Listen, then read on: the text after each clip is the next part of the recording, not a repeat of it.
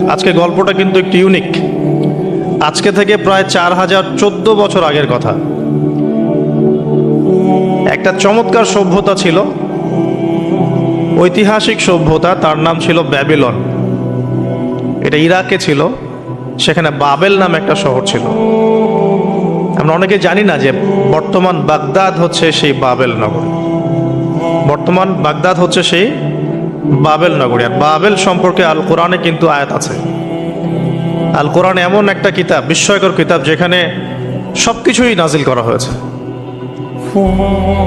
তো আল্লাহ পাক সূরা কাহফে তো বলেছেন, ওয়ালাকাদ সাররাফনা ফি হাযাল কুরআন লিন-নাসি মিন কুল্লি মাসাল।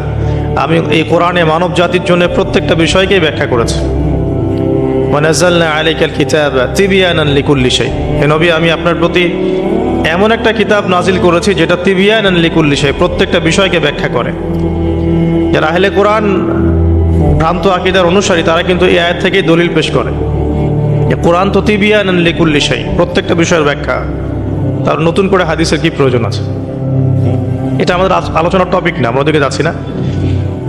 তো আল্লাহ পাক কোরআনে কিন্তু বাবেল নগরীর কথা বলেছেন। সূরাতুল বাকারার 101-2 এই আয়াতগুলোতে আছে। এই বাবেল নগরী তৎকালীন সময়ে জাদুবিদ্যার একটা আকড়া ছিল আর কি। এর আগে আমরা জানি সুলাইমান আলাইহিস সালামের সময় ওই হারুত আর মারুত দুজন ফেরেশতাকে দিয়ে মানুষকে পরীক্ষা করা হয়েছিল। এই ঘটনাটা সূরা বাকারার 101-2 এই আয়াতগুলোর মধ্যে আছে, দেখে নিয়েন। আমি রেফারেন্সগুলো বলে দিলাম। এখানে এই বাবেল নগরীর কথাটা আছে, ঠিক আছে? তো এই নগরীতে প্রায় 4014 বছর আগে একটা ফুটফুটে সুন্দর শিশু জন্ম নেয়। দেখতে খুবই সুন্দর, অমায়িক, দেখলেই মানে মন কেড়ে নেওয়ার মতো সুন্দর। এমন কিছু বাচ্চা থাকে কিন্তু দেখলে আদর করতে ইচ্ছা করে, মন কেড়ে নেওয়ার মতো, ইউনিক, সবার চেয়ে আলাদা।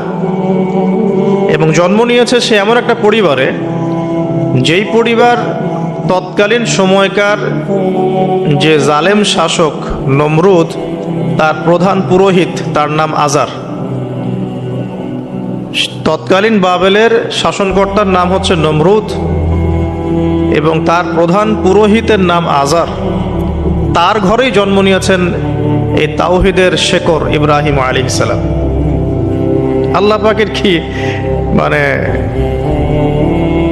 আল্লাহ পাক কি না করতে পারেন।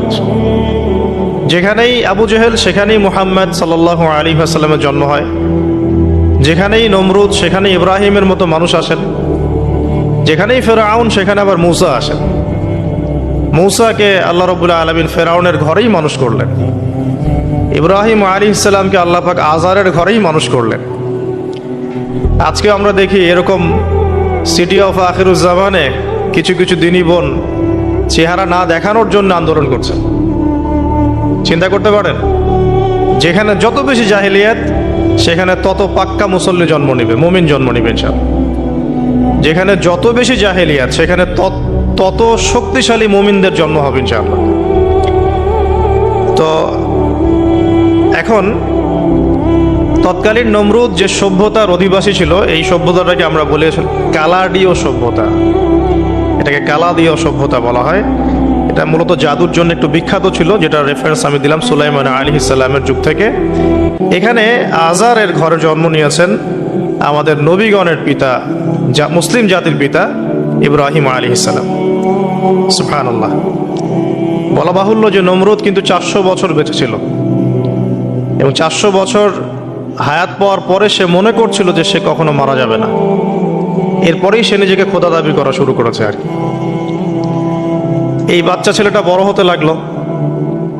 যারা সমাজকে পরিবর্তন করে তারা কিন্তু সমাজের স্রোতে গা ভাসায় না। নবী সাল্লাল্লাহু আলাইহি ওয়াসাল্লামের জন্মটা একটু মিলাই এটার সাথে। আমাদের নবীও ঠিক এরকমই একটা সমাজে জন্ম নিয়েছেন। ইব্রাহিম আলাইহিস সালাম যেমন জন্ম নিয়েছেন শিরকে ভরা সমাজে, চতুর্দিকে মূর্তি পূজা হচ্ছে, ইভেন তার বাসায় তার বাবা হচ্ছে মূর্তি পূজারীদের সর্দার, তার ঘরে তিনি জন্ম নিয়েছেন। ঠিক তেমনি রাসূল সাল্লাল্লাহু আলাইহি ওয়াসাল্লাম যে মক্কায় জন্ম নিয়েছেন, সেই মক্কা ছিল শিরকের আকড়া। সেখানে লাত, উজ্জা, হুবল, মানাতের পূজা হতো। সুদ ছিল, জেনা ছিল, ব্যভিচার ছিল, মাদক ছিল, গোত্রীয় হানাহানি ছিল, নারীর অবমাননা ছিল। এরকম আইয়ামে জাহিলিয়াতেও নবী সাল্লাল্লাহু আলাইহি ওয়াসাল্লাম জন্ম নিয়েছেন। নবী সাল্লাল্লাহু আলাইহি ওয়াসাল্লাম, ইব্রাহিম আলাইহিস সালাম, দুজনের চেহারাও একরকম ছিল। দুজনের চেহারার গঠনটাও একরকম ছিল, দেহের গঠনও একরকম ছিল। মেরাজের রাতে নবী সাল্লাল্লাহু আলাইহি ওয়াসাল্লাম দেখে এসেছিলেন যে ইনি কে, যাকে দেখতে হুবহু আমার মতো লাগছে। জিবরাইল আলাইহিস সালাম বলেছেন, ইনি আপনার পিতা ইব্রাহিম আলাইহিস সালাম। সুবহানাল্লাহ। ঠিক তেমনি আমরা খেয়াল করে দেখি যে জীবনের যে চড়াই উতরাই, পারিবারিক জীবন, সামাজিক জীবন, হিজরতের জীবন, দিন প্রতিষ্ঠা ইত্যাদি, প্রত্যেকটা ডিপার্টমেন্টেও ইব্রাহিম আলাইহিস সালাম আর মুহাম্মদ সাল্লাল্লাহু আলাইহি ওয়াসাল্লামের মধ্যে একটা চরম মিল আছে। এটা আমরা আস্তে আস্তে এই গল্পের ভিতরে গেলে বুঝতে পারবো। আর এ কারণেই হয়তোবা আল্লাহ ভালো জানেন, এই কারণেই হয়তোবা আমরা যখন তাশাহুদের পর দরুদ পড়ি, আমরা দরুদের মধ্যে অন্য নবীর নাম নিচ্ছি না, আমরা মুহাম্মদ সাল্লাল্লাহু আলাইহি ওয়াসাল্লামের সাথে ইব্রাহিম আলাইহিস সালামের নাম নিচ্ছি। হতে পারে এটা একটা কারণ, আল্লাহ ভালো জানেন। এখন এরকম পরিবেশে বড় হতে লাগলেন ইব্রাহিম আলাইহিস সালাম। আমি একটু আগে বলেছি, যারা সমাজকে পরিবর্তন করে তারা কখনো সমাজের জাহিলিয়াতের স্রোতে গা ভাসায় না। মুহাম্মদ সাল্লাল্লাহু আলাইহি ওয়াসাল্লাম সমাজ পরিবর্তন করেছেন আইয়ামে জাহিলিয়াতকে মাত্র 23 বছরের ব্যবধানে, কিন্তু তিনি কিন্তু জাহিলিয়াতের সাথে গা ভাসান নাই।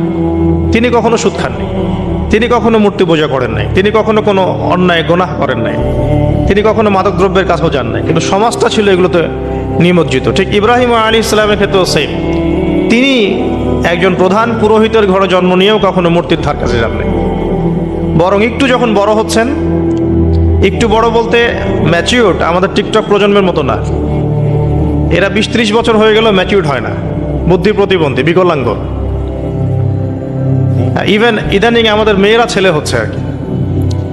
আমাদের নারীরা এখন পুরুষত্ব দেখাচ্ছে, আর আমরা পুরুষেরা ফেসবুকে একটা স্ট্যাটাস দিয়ে ক্ষান্ত হয়ে থাকি। এটুকু আমাদের দায়িত্ব উম্মার প্রতি। আর এখানে আমরা দক্ষতা অর্জন করেছি অনেক। আমরা মনে করি আমরা সবাই কিবোর্ড মুজাহিদ, আমরা এটা মনে করি। এটাই যুদ্ধ, এটাই জিহাদ। আর নারীরা মাঠে যুদ্ধ করছে এখন, সম্ভ্রমের জন্য, অধিকারের জন্য ইত্যাদি। ফ্যামিলিস্ট রেভলিউশনের দিকে তাকালেও তাই দেখা যায়। ছেলেরা এখন বেকার হয়ে যাচ্ছে, কিন্তু মেয়েরা স্বাবলম্বী হচ্ছে। তারা দিনদার নয়, এই মেয়েগুলো দিনদার নয়, কিন্তু জীবনে প্রতিষ্ঠিত হওয়ার জন্য লড়ছে, চ্যালেঞ্জ গ্রহণ করেছে। এটা ছেলেদের উচিত ছিল। আজারের ঘরে জন্ম নেওয়া সেই ইব্রাহিম কিন্তু চ্যালেঞ্জ গ্রহণকারী একটা ছেলে।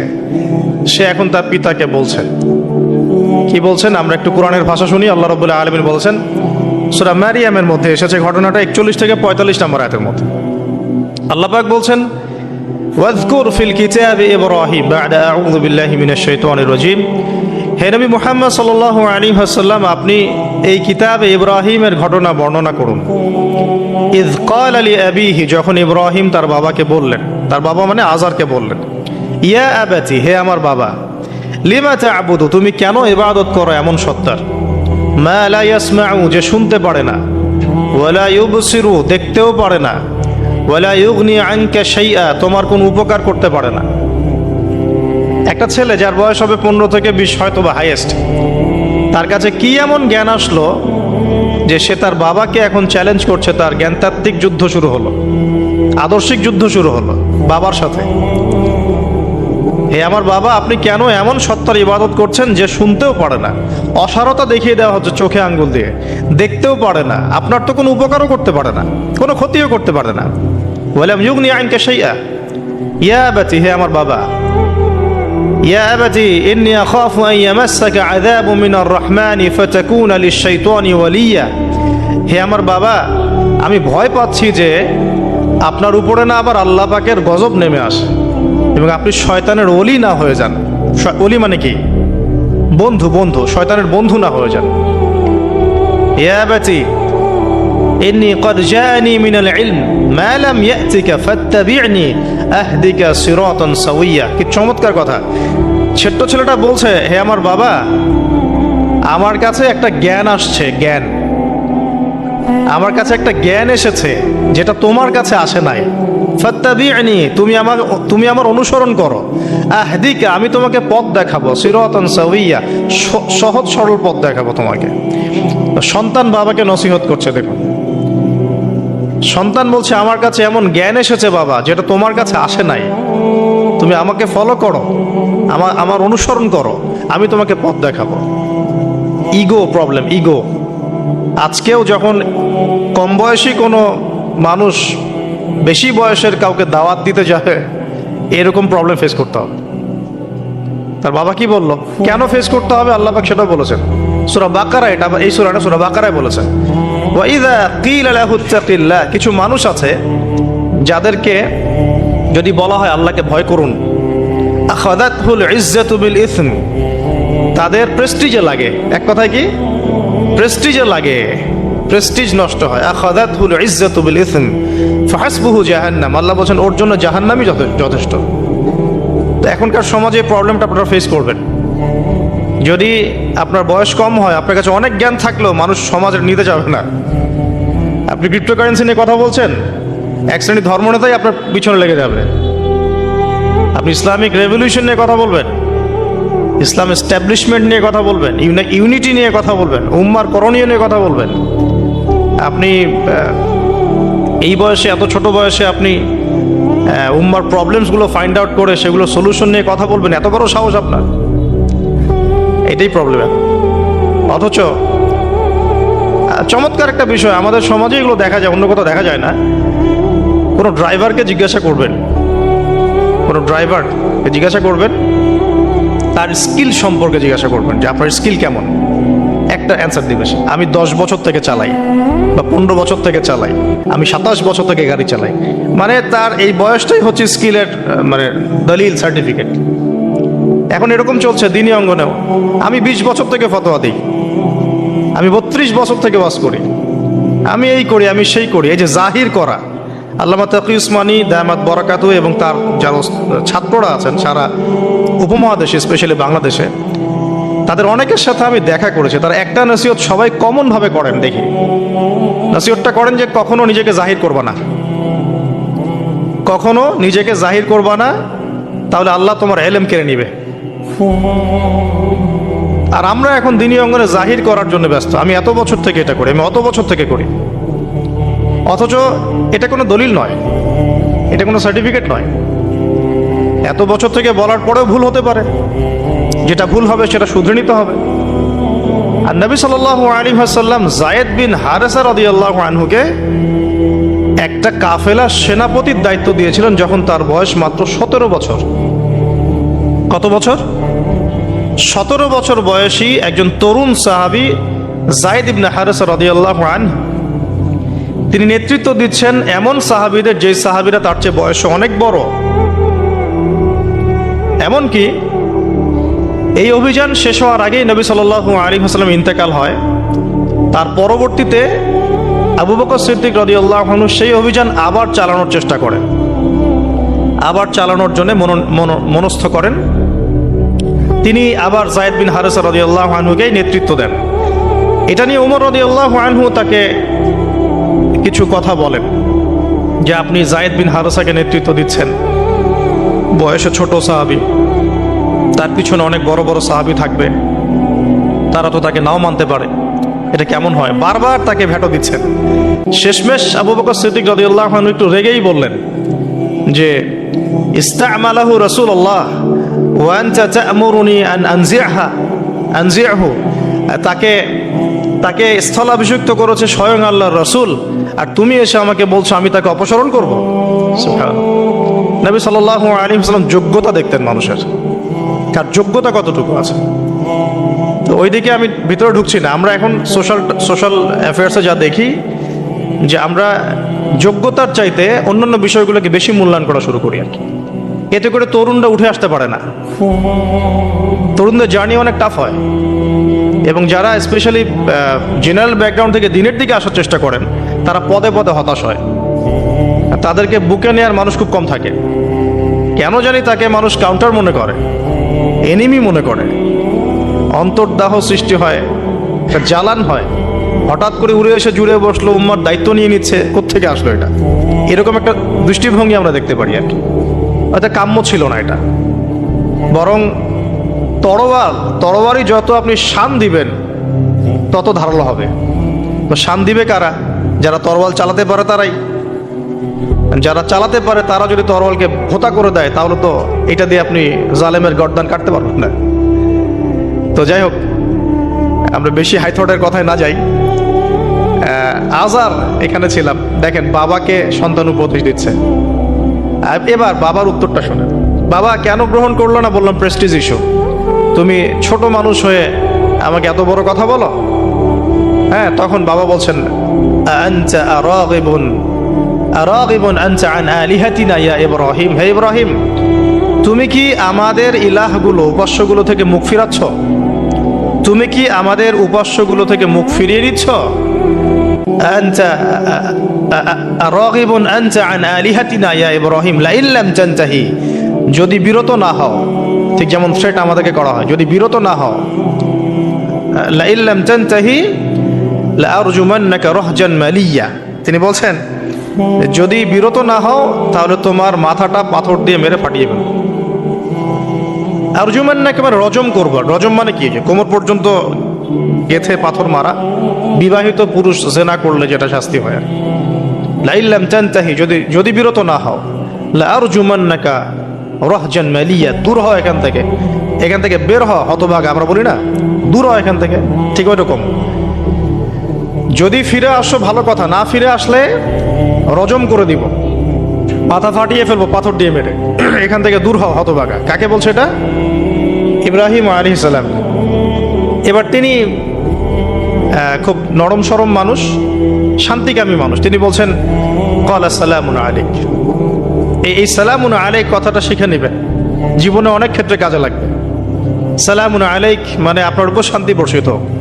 যখনই আপনি কলিউশন অ্যাভয়েড করতে চাবেন, সালাম দিয়ে চলে আসতে হবে।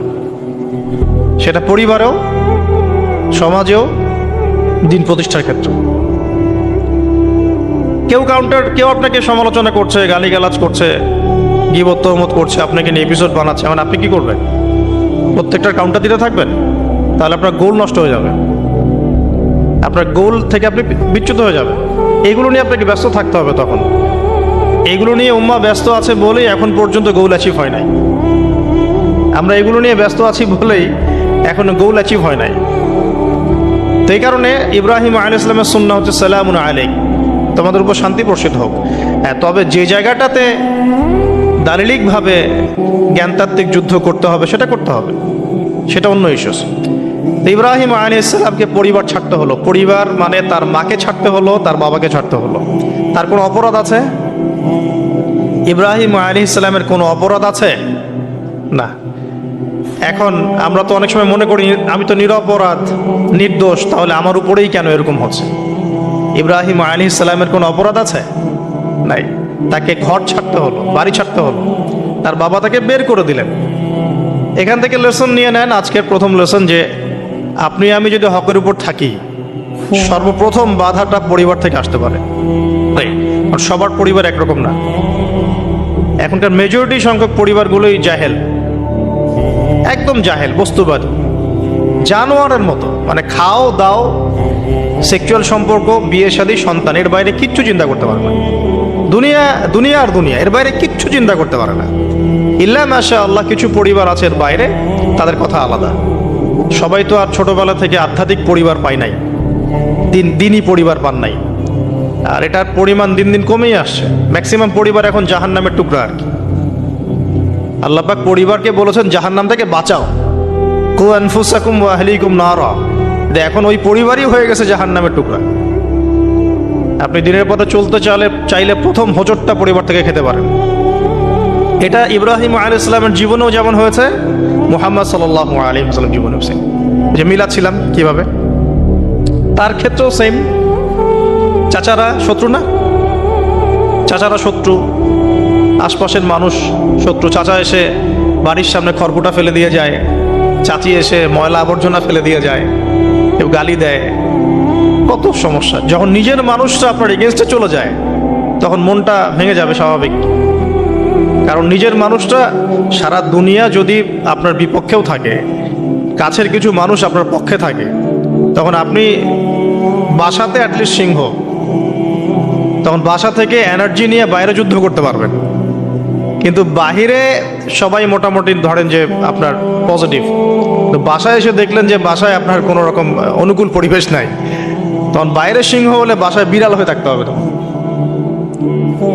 দেখেন ইব্রাহিম আলাইহিস সালামের জীবনে আর মুহাম্মদ সাল্লাল্লাহু আলাইহি ওয়াসাল্লামের জীবনে একটা স্পেশাল নেয়ামত ছিল, সেটা হলো স্ত্রীদের নেয়ামত। স্ত্রীদের নেয়ামত, বাহিরের মানুষ অনেক কিছু বলছে, গালিগালাজ করছে, মারছে, কাটছে, থুতু দিচ্ছে, সমালোচনা করছে, কিন্তু বাসায় ইব্রাহিম আলাইহিস সালামের আছেন সারা, হাজেরা, আর মুহাম্মদ সাল্লাল্লাহু আলাইহি ওয়াসাল্লামের আছেন খাদিজা রাদিয়াল্লাহু আনহা। অ্যাটলিস্ট বাসায় আপনি একটা কি বলবো যে বড় একটা প্রশান্তির জায়গা আপনার বাসায় আছে।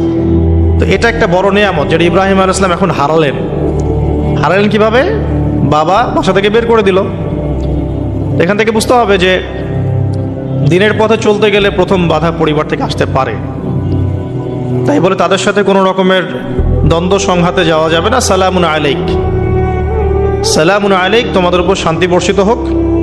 ইব্রাহিম বলছেন সালামুন আলাইক, হে বাবা আপনার উপর শান্তি বর্ষিত হোক। শুধু তাই না, আরো বলছেন আস্তাগফিরু লাকা রব্বি, আমি আপনার জন্য আল্লাহর কাছে ক্ষমা চাইব ইনশাআল্লাহ। ইন্নাহু কানা বি হাফিয়া, তিনি আমার প্রতি খুব মার্সিফুল, আশা করি তিনি আমার দোয়া কবুল করবেন।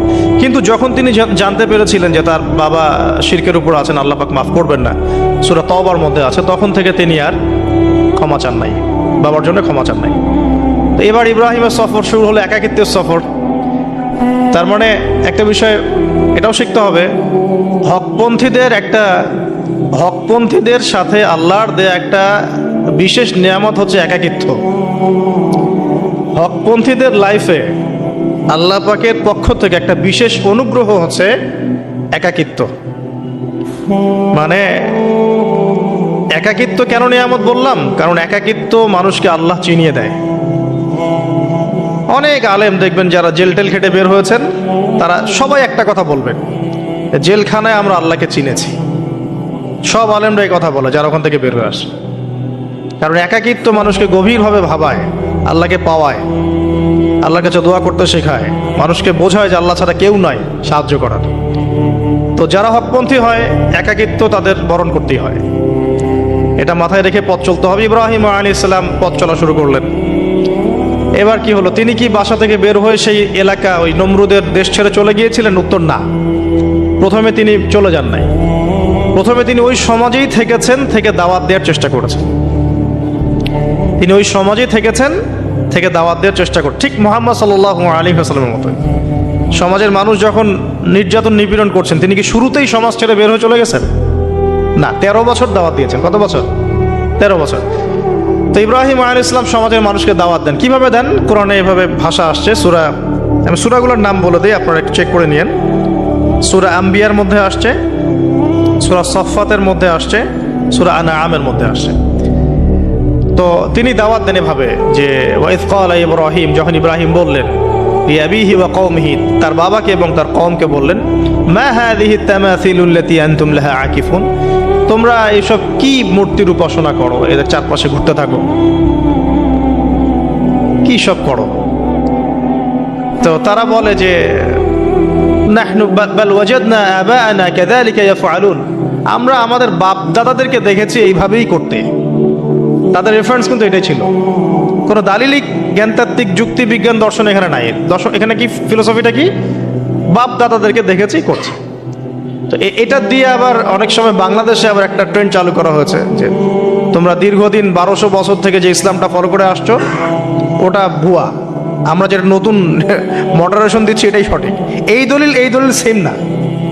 এখানে অমুসলিমদেরকে দাওয়াত দেওয়া হচ্ছে। অমুসলিমরা বলছে যে আমরা বাপ দাদাদেরকে দেখেছি যে তারা এভাবেই মূর্তি পূজা করতো, আমরা তাই করি। এটার সাথে কি হানাফি মাযহাবকে মিলাবেন আপনি? হ্যাঁ, হানাফি মাযহাব বাপ দাদা থেকে চলে আসে, ভুয়া, নতুন যেটা দিচ্ছি এটাই সঠিক। আস্তাগফিরুল্লাহ। তো আমরা হাত চেঞ্জ করাটাকে এখন মনে করি হিন্দু থেকে মুসলমান হইলাম মনে হয়, হাত বদল করাটাকে মনে হয় যে হিন্দু থেকে মুসলমান হয়েছি মনে হয়। গভীরে ঢোকেন, ওলামায়ে কেরামদের মানে দার্সে গিয়ে বসে গভীরে ঢুকলে বুঝতে পারবেন যে ইসলামিক স্কুল অফ থটগুলা প্রত্যেকটারই ভিত্তি আছে, এগুলোর গভীর শেকড় আছে, ভিত্তি আছে। আল্লাহ, রাসূল এবং রাসূলের সাহাবীগণ, এই তিনটাকেই মানতে হবে। আপনি যদি বলেন যে আমি সাহাবীদেরকে মানি না, খালি আল্লাহ এবং রসুলকে মানি, তাহলে আল্লাহকে রসুলকে মানতে পারবেন না। সাহাবীদের অনুসরণ না করলে রসুলকে ফলো করতে পারবেন না। তো ওইটা আজকের ইস্যু না, এটা ফিকহি অনেক ব্যাপার, গভীর ব্যাপার, এটা অন্যদের কথা হবে। এই দলিল কিন্তু সেম করা যাবে না। আবার যে আমরা বাপ দাদা থেকে দেখে আসছি, তোমরা নামাজ এইভাবে পড়ো, এই নামাজ ওই দলিল চলবে না, আমারটা ঠিক, এটা ঠিক না। নামাজ যেটা পড়ে আসে তারা এটা ঠিক আছে, এর প্রত্যেকটা দলিলের মধ্যে অথেন্টিসিটি আছে। এরকম করে সমাজে ফিতনা ছড়ানো ঠিক হবে না, বিভ্রান্তি ছড়ানো ঠিক হবে না। এখন আসুন ইব্রাহিম আলাইহিস সালামকে কি আনসার দিচ্ছেন? আমরা আমাদের পিতা মাতাদেরকে দেখেছি, বাপ দাদাকে দেখেছি এরকম তাওয়াফ করতে, মূর্তির চারপাশে পূজা করতে, নজর দিতে। তো ইব্রাহিম আলাইহিস সালাম বলছেন যে হাল ইয়াসমাউনাকুম, এই মূর্তিগুলো কি তোমাদেরকে শুনতে পারে? ইস্তাদউন, যখন তোমরা একে ডাকো।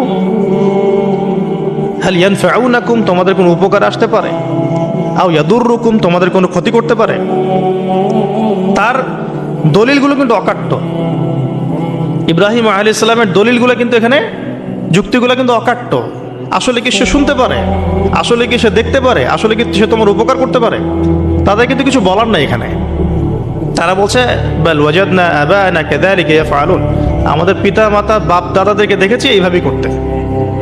ইব্রাহিম আলাইহিস সালাম বলছেন যে ইন্নাকুম আনতুম লাফি দালালিম মুবিন, তোমরা তো সুস্পষ্ট বিভ্রান্তির মধ্যে আছো। তাহলে তো এরকম আরো অনেক আয়াত আছে সূরা সাফফাতের মধ্যেও, ওয়া ইন্না মিন শিআতিহি লা ইব্রাহিম ইয জাআ রাব্বাহু বিকলবিন সালিম ইয ক্বালা লিআবিহি ওয়া কওমিহি মাযা তা'বুদুন, তোমরা কিসের ইবাদত করো?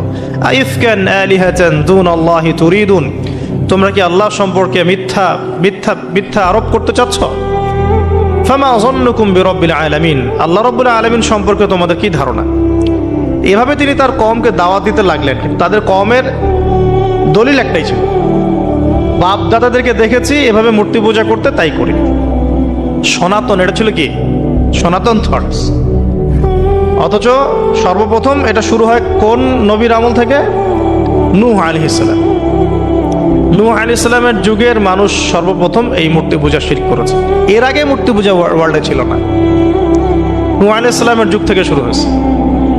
তাহলে এটাকে আমরা সর্বোচ্চ পর্যায়ে সনাতন বলতে পারি না।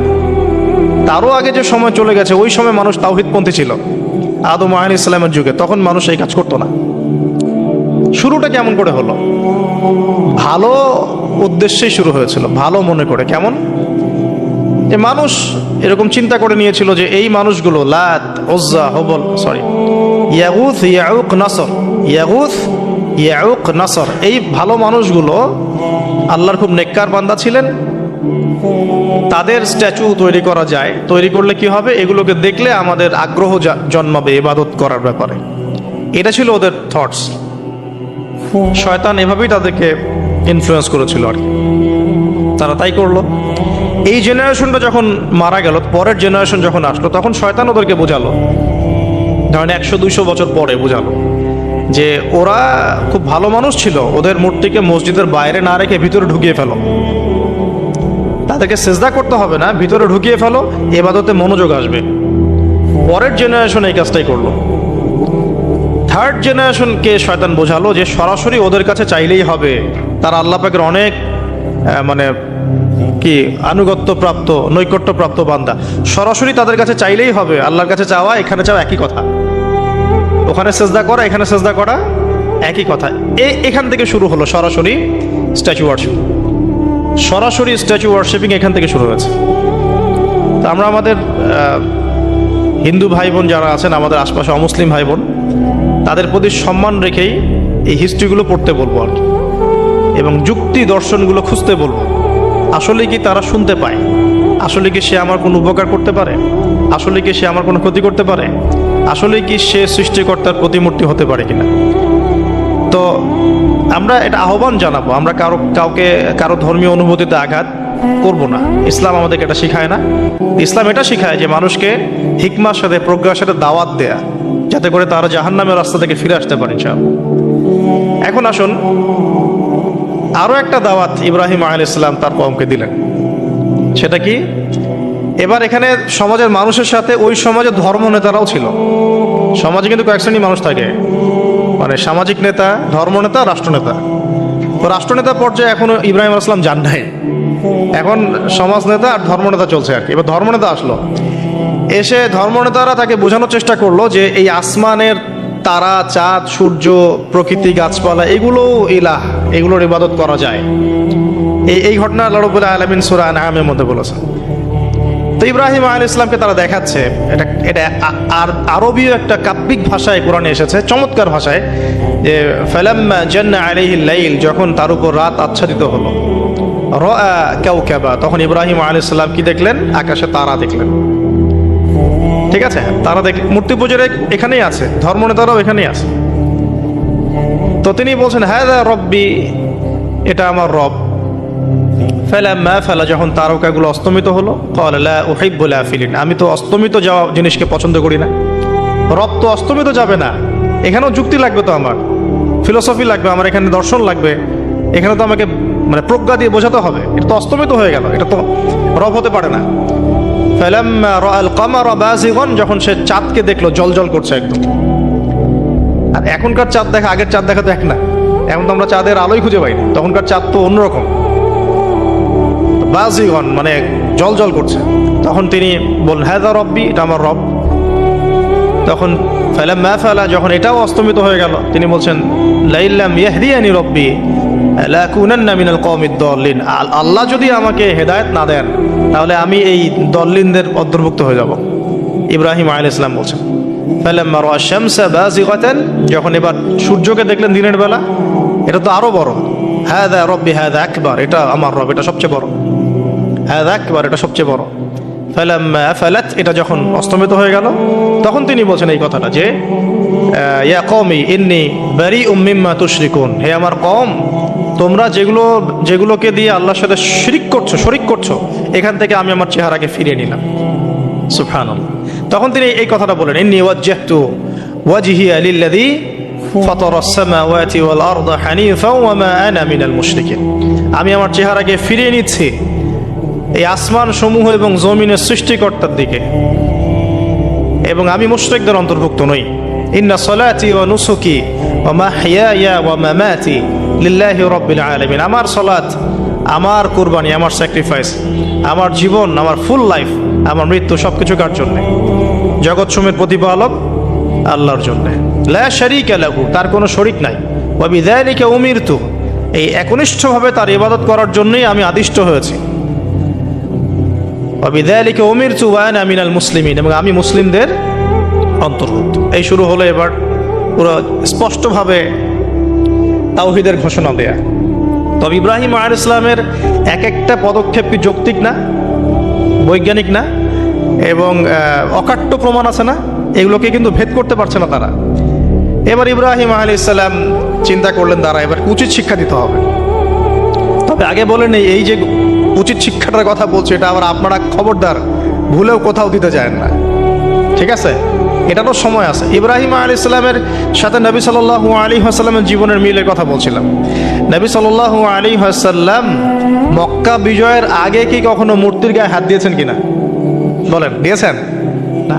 যখন মক্কা বিজয় হয়ে গেছে, পুরো স্টেটই আপনার, অথরিটি আপনার, তখন আপনি আপনার অ্যাকশন নিতেই পারেন, সেটা আপনার ব্যাপার, তখন আপনি কি করবেন? মুহাম্মদ সাল্লাল্লাহু আলাইহি ওয়াসাল্লাম কাবা ঘরে ঢুকে তখন মূর্তি ভেঙেছেন এবং বলেছেন ওয়াকুল জাআল হক ওয়া যাকাল বাতিল ইন্নাল বাতিলা কানা যাহুকা, তাই না? তো ইব্রাহিম আলাইহিস সালাম এবার শিক্ষা দেওয়ার চিন্তা করছেন। তিনি বলছেন যে যখন এরা মেলাতে যাবে, ওই উৎসবে যাবে, তখন আমি এদেরকে দেখে নিব। এটা কুরআন চমৎকারভাবে বলেছে যে إذ قال لأبيه وقومه ماذا تعبدون أئفكا آلهة دون الله تريدون فما ظنكم برب العالمين فراغ إلى آلهتهم فقال ألا تأكلون। ইব্রাহিম আলাইহিস সালাম এবার যখন ওরা মেলায় চলে গেছে, যাওয়ার আগে আবার ইব্রাহিম আলাইহিস সালাম বলছিলেন যে ইন্নী সাকিম, আমি হচ্ছি অসুস্থ, আমি কি ফানাযারা নাযরাতান ফিন নুজুম, ইব্রাহিম আলাইহিস সালাম রাতের বেলা আকাশের দিকে তাকালেন একবার, তাকিয়ে ওদেরকে বললেন যে ইন্নী সাকিম, আমি অসুস্থ। এটা কৌশল, আমি অসুস্থ, এটা কৌশল। তো এই কৌশল আবার সব জায়গায় খাটাতে যায় না আর কি। তো এবার যখন তারা চলে গেল, ফারাগা ইলা আলিহাতিহিম ফাকালা আলা তাকুলুন, এবার তিনি ওই মূর্তি গৃহ যেটা ওদের, ওখানে ঢুকে বলছেন যে আলা তাকুলুন, তোমাদের কি হলো, খাচ্ছ না কেন? কাদেরকে বলছে এই কথা? মূর্তি, খাচ্ছ না কেন? মা লাকুম লা তানতিকুন, কি হলো, কথা বলছো না কেন? এবার ফারাগা আলাইহিম দরবাম বিল ইয়ামিন, এবার ইয়ামিন মানে ডান হাত, ডানাতে যা পেয়েছিলেন আর কি, তা দিয়ে সবগুলোকে ভেঙে চুরমার করে ফেলছে। ব্যাস, এবার ওরা যখন আসলো এসে বলছে যে আনতা ফাআলতা হাযা বিআলিহাতিনা ইয়া ইব্রাহিম, হে ইব্রাহিম তুমি কি আমাদের উপাস্যদের সাথে এই কাজ করেছো? ইব্রাহিম বলছেন লা বাল ফাআলাহু কাবীরুহুম হাযা, বরং এই বড়টা এই কাজ করছে। এর মধ্যে সবচেয়ে বড় যেটা আছে এই ব্যাটার কাজ, আমি করি নাই, আমি তো করি নাই। তখন ওরা তো এটা তো হতভম্ব হয়ে গেল, যে সে বলছে যে তুমি তো জানো, তুমি তো খুব ভালো করেই জানো যে তারা কথা বলতে পারে না, নড়াচড়া করতে পারে না, কিছুই করতে পারে না। তখন তিনি বললেন তাহলে তোমরা কেন এমন ইলাহের উপাসনা করো যে কথাও বলতে পারে না, শুনতেও পারে না, দেখতেও পারে না, তোমার উপকারও করতে পারে না, ক্ষতিও করতে পারে না। কিন্তু এবারও কিন্তু যুক্তি নাই, কোনো তাদের কাছে কোনো দলিল নাই, কোনো প্রমাণ নাই, কোনো যুক্তি দর্শন কিচ্ছু নাই। এবার শুরু হলো জুলুম। জালেমের কাজ কি? যুক্তি, জ্ঞান, দর্শন, বিজ্ঞান এগুলো দিয়ে যখন পরাস্ত, এগুলো দিয়ে পারছি না, এবার পেশি শক্তি। এবার কি? পেশি শক্তি। ব্যাস, এবার পেশি শক্তি। ইব্রাহিম আলাইহিস সালামকে নিয়ে যাওয়া হচ্ছে নমরুদের দরবারে। এবার চলো, এবার তোমার আজকে খবর আছে। এবার পুরো রিমান্ড হবে 7 দিনের। একদিন রিমান্ড হলেই অবস্থা খারাপ হয়ে যাওয়ার কথা। ইব্রাহিম আলাইহিস সালামকে এবার নিয়ে যাচ্ছে ধরেন নমরুদের কাছে, কি যে হবে আল্লাহ ভালো জানেন। ইব্রাহিম আলাইহিস সালাম যখন যাচ্ছেন তখন কি তিনি জানতেন যে আল্লাহ পাক তাকে আগুন থেকে বাঁচাবেন? এই ঘটনা যে ঘটবে তিনি কি জানতেন? আচ্ছা, আমরা না হয় জানি যে এমনটা হয়েছিল। ইব্রাহিম আলাইহিস সালাম ওই সময় তো আর জানতেন না যে কি হতে যাচ্ছে। তার মানে তার ওই সময় তার ইমানের তেজ, তার স্থিরতা, ইস্তেকামা এবং তাওয়াক্কুল কত বেশি ছিল। তাকে নিয়ে যাওয়া হচ্ছে। এবারে নমরুদের সামনে দাঁড় করিয়ে নমরুদ এবার একটু মজা নিয়ে জিজ্ঞাসা করলো যে কে তোমার রব? ওই কবরের প্রশ্ন করার মতো, মান রব্বুক, তোমার রব কে? তো ইব্রাহিম আলাইহিস সালাম বলছে রব্বি আল্লাযী ইউহয়ী ওয়া ইউমীত, আমার রব তিনি যিনি জীবন দেন মৃত্যুও দেন। এবার নমরুদ বলছে ক্বালা আনা উহয়ী ওয়া উমীত, আমি তো জীবন দিই আর মৃত্যু দেই। কিভাবে? একজন যাবজ্জীবন প্রাপ্ত আসামিকে ডেকে নিয়ে ছেড়ে দিল, দিয়ে বললো যে জীবন দিলাম। আর একজন আসামিকে ডেকে তৎক্ষণাৎ মৃত্যুদণ্ড দিয়ে মৃত্যু দিলাম। তো ইব্রাহিম দেখলেন আলাইহিস সালাম এ তো মোটা বুদ্ধির মানুষ, কারণ যে যত বড় জালেম হয় তার বুদ্ধি তত মোটা হয়, কিন্তু এটা মাথায় রাখবেন। ফেরাউনের মতো জুলুম মানুষের বুদ্ধি লোপ করে দেয়, আর শিরক মানুষের মধ্যে ভয় সঞ্চার করে। যখন আপনি শিরক করতে থাকবেন মনে খুব ভয় কাজ করবে। এবং মুশরিক বাহিনী কখনো ইসলামের বিজয় লাভ করতে পারে নাই। যে মুসলিম সেনাবাহিনীর মধ্যেও শিরক ছিল না, ওরা যুদ্ধের মাঠে পরাজিত হয়ে গেছে। ইতিহাস ঘাটবেন, মুসলিম যে সেনাবাহিনীর মধ্যে শিরক ছিল ওই সেনাবাহিনী পরাজিত হয়ে গেছে। আবার অল্প গুটি কয়েক সেনাবাহিনী তারা তাওহীদপন্থী ছিল, তারা জয়লাভ করেছে। ইতিহাস ঘেটে দেখবেন। তো জুলুম কি করে? বুদ্ধি লোপ পায়। নমরুদের বুদ্ধি লোপ পেয়ে গেল। তো ইব্রাহিম আলাইহিস সালাম বলছেন রব্বি আল্লাযী ইউহয়ী ওয়া ইউমীত, এ তো এটা বুঝলো না। তাহলে ইব্রাহিম আলাইহিস সালাম বলছেন যে আল্লাহ রাব্বুল আলামিন, আমার আল্লাহ তিনি পূর্ব দিক থেকে সূর্য ওঠান।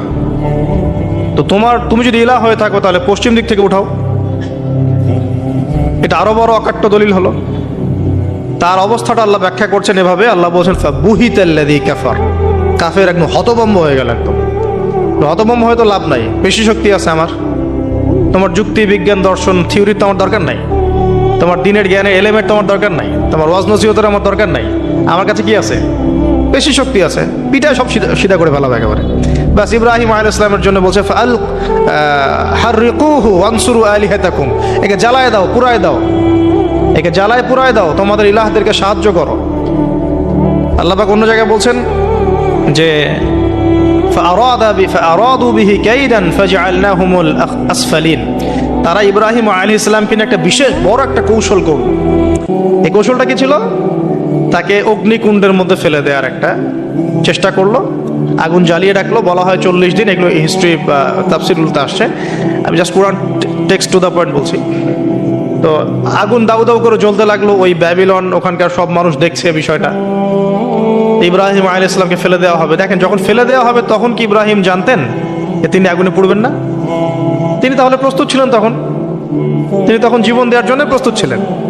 ঠিক আছে, এখন তাকে ফেলে দেওয়া হচ্ছে, ঠিক ওই সময়ে জিবরাইল আলাইহিস সালামের আগমন। সুবহানাল্লাহ। তিনি এসে বলছিলেন যে আমার কাছে কোন হাজত আছে নাকি আপনার?